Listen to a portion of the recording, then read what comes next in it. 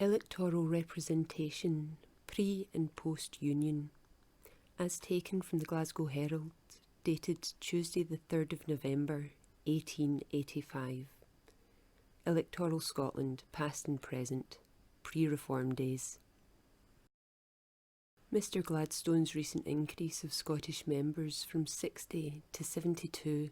suggests matter for reflection concerning old and new franchises of deep historical interest and far beyond the region of mere party politics. The new freeman touches the old freeholder under conditions which have shaped out the most exciting periods of our national history.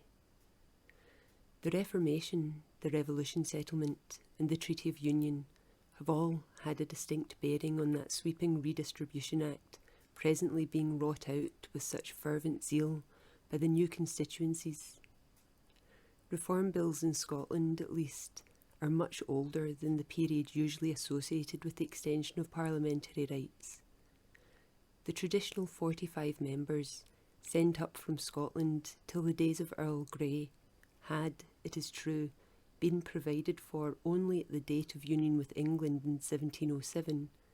but this representation was in turn associated with a much earlier and, on the whole, a more constitutional system. A very few words on this point are all that can be given here or now, while no reference whatever can be made to the origin, influence, or privileges of those boroughs, royal, baronial, and parliamentary, which grew up so rapidly to be a powerful estate in the realm. Nearly 300 years before the Act was carried for uniting the Parliaments of Scotland and England, James I, anno 1427, provision was made that every freeholder should have a voice in the election of a commissioner or representative to the Parliament in Edinburgh, or wherever else it might please the King to appoint as a place of meeting. This continued for 160 years, when, as a help to relieve lesser barons or freeholders of what they felt to be an irksome and expensive privilege, provision was made that only those possessed of a 40-shilling land in free tenancy and had their actual dwelling or residence within the shire should have a right to vote. Various other modifications of the franchise were made within the 20 years between 1661 and 1681, when the right of voting in counties was fixed on principles which continued down to the Union and beyond the Union till within the memory of many still living. Indeed, the qualification exists in one shape or another at the present day, only, happily, it is not the only qualification. Yet it is not to be disputed that the faggot voter, a vicious survival of the old freeholder, has created much ill feeling down to, and even during, the present election contest. By the Act of 1681 it was provided that none should have the right to vote but those who stood publicly in theft in property or superiority, and were in possession of a 40-shilling land of old extent, held of the King or of the Prince, distinct from few duties and few lands, or, where the old extent did not appear, stood in theft in lands liable in public burdens for His Majesty's supplies of £100 Scots of valued rent. The old extent, it may be explained, round which so many electioneering battles came to be fought, was used in distinction to a more recent valuation of lands made for the purpose of proportioning the land tax. Holding from the Prince applied chiefly to lands in the shires of Ayr, Renfrew, and Bute, originally granted by Robert III as an appanage or patrimony to his eldest son, the Duke of Rothesay, known as the Prince of Scotland.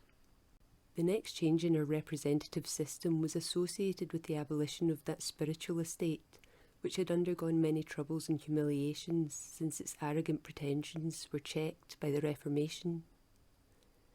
In 1689, when the crown of Scotland was offered to William and Mary, an act was passed abolishing prelacy and all superiority of office in the church above presbyters. An end was thus put to the estate of the clergy in the Scottish Parliament. From that time down to the Union, the three estates were composed of temporal peers, the great officers of state, the barons or commissioners from the shires, and the burgesses.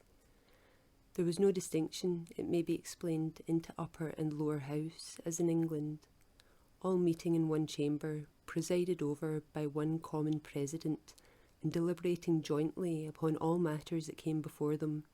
whether of a judicial or legislative nature. The same act providing for acceptance of the crown by William and Mary increased the number of representatives for shires from 64 to 90. The boroughs were continued as before, 86, 2 being sent by Edinburgh and 1 in by every other borough. What came to be the royal borough of Campbelltown was not erected until 1700.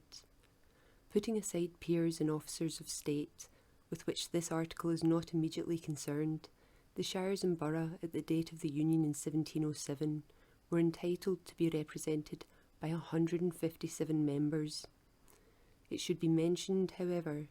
that some years before that event came about, a few decaying boroughs, principally on the Fife coast, had been relieved by their own desire from the duty of sending a commissioner,